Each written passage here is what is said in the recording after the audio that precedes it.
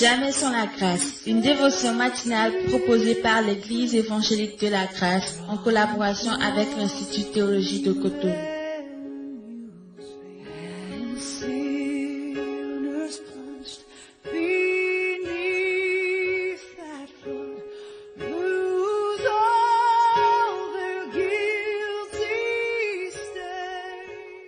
Bonjour chers amis, chers internautes, nouvelle journée, bienvenue dans cette provision Seigneur. Encore une fois, arrose-nous ce matin de tes bénédictions, de ta parole. Merci de parler à nos cœurs, de nous donner à espérer avec toi Jésus. Amen. 2 Rois chapitre 5, le verset 20. Géasi, serviteur d'Élisée, homme de Dieu, se dit en lui-même: Voici, mon maître a ménagé Naaman, ce Syrien, en n'acceptant pas de sa main ce qu'il avait apporté. L'Éternel est vivant, je vais courir après lui et j'en obtiendrai quelque chose. Amen. Alors ici, j'aimerais attirer notre attention sur une expression ici. Géasi se disait en lui-même. Géasi se disait en lui-même. Vous savez, c'est la deuxième fois que nous voyons cette expression dans ce chapitre. La première personne qui avait utilisé cette expression, c'était Naaman lui-même. Lorsque dans les versets précédents, il lui a été demandé d'aller se jeter, en tout cas dans le Jourdain, cette fois il sera guéri de sa maladie. Naaman était allé vers l'homme de Dieu, il frappa sa porte, Élisée n'était même pas sorti. Écoutez bien ça. Élisée n'était même pas sorti. Il a envoyé son serviteur juste pour aller dire à Naaman: va te jeter dans le Jourdain cette fois et ta peau sera saine et tu seras guéri. Et donc du coup, devant cette réponse, au verset 11, regardez ce que Naaman dit. Il est écrit: Naaman fut irrité et il s'en alla en disant: voici, je me disais en moi-même.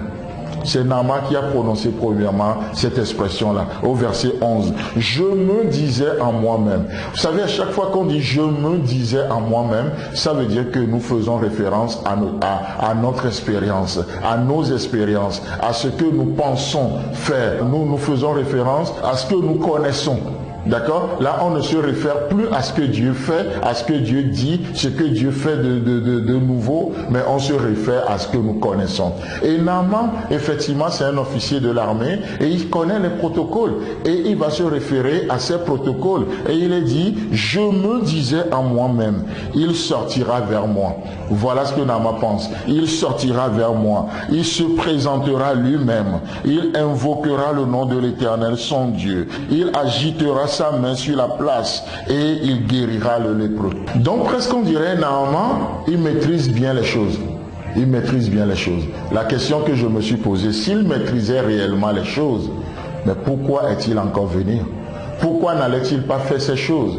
Vous savez, il parle juste en tant qu'un homme d'État. Il sait comment, il connaît les protocoles. La preuve, c'est qu'en venant en Israël, il avait même reçu une lettre de son roi pour venir. C'est les protocoles, c'est comme ça se passe. C'est des méthodes, des moyens, mais des manières vidées de vie. Il n'y a pas de vie dedans. C'est juste la forme. Il n'y a pas de substance. Il faut rire, parce qu'il faut rire, c'est juste pour l'apparence, mais le cœur saigne. Le cœur ne rit pas. Il faut juste dire alléluia, mais ce qui en fait la force n'est plus là. Il faut juste lever les mains et sourire dans l'église, mais en réalité les mains ne sont pas élevées devant Dieu.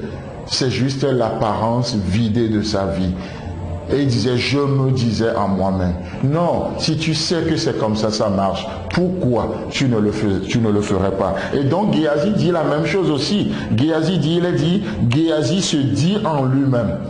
Chers amis, chers internautes, au lieu de parler en vous-même, parlez à Dieu ce matin. Parlez à Dieu ce matin. Vous savez, contrairement à tout ce que l'on peut dire, les introvertis, ce sont les plus grands bavards au monde.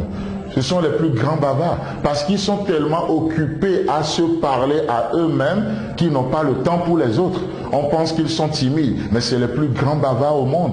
Mes chers amis, chers internautes, au lieu de vous parler vous-même ce matin, tournez-vous vers Dieu, levez-vous devant Dieu, parlez à Dieu, communiez avec Dieu. Vous savez pourquoi? Parce que la communion avec Dieu ouvre des portes pour communier avec les autres. Et ça vous donne accès à une bonne conversation avec vous-même.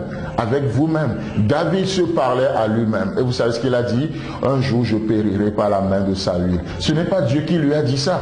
Dieu ne lui a pas fait une promesse de mort, mais la promesse est pour la vie. Oh, chers amis, chers internautes, si vous devez parler à vous-même ce matin, que ça soit le fruit de votre communion avec Dieu. Parce que vous avez parlé avec Dieu, parce que vous avez parlé à Dieu, alors vous pouvez vous parler et vous pouvez vous dire, comme David encore une fois, vous regardez dans le miroir et vous parlez à votre âme. Mon âme bénit l'Éternel. Ça, c'est une vraie communion avec Dieu qui donne ce fruit.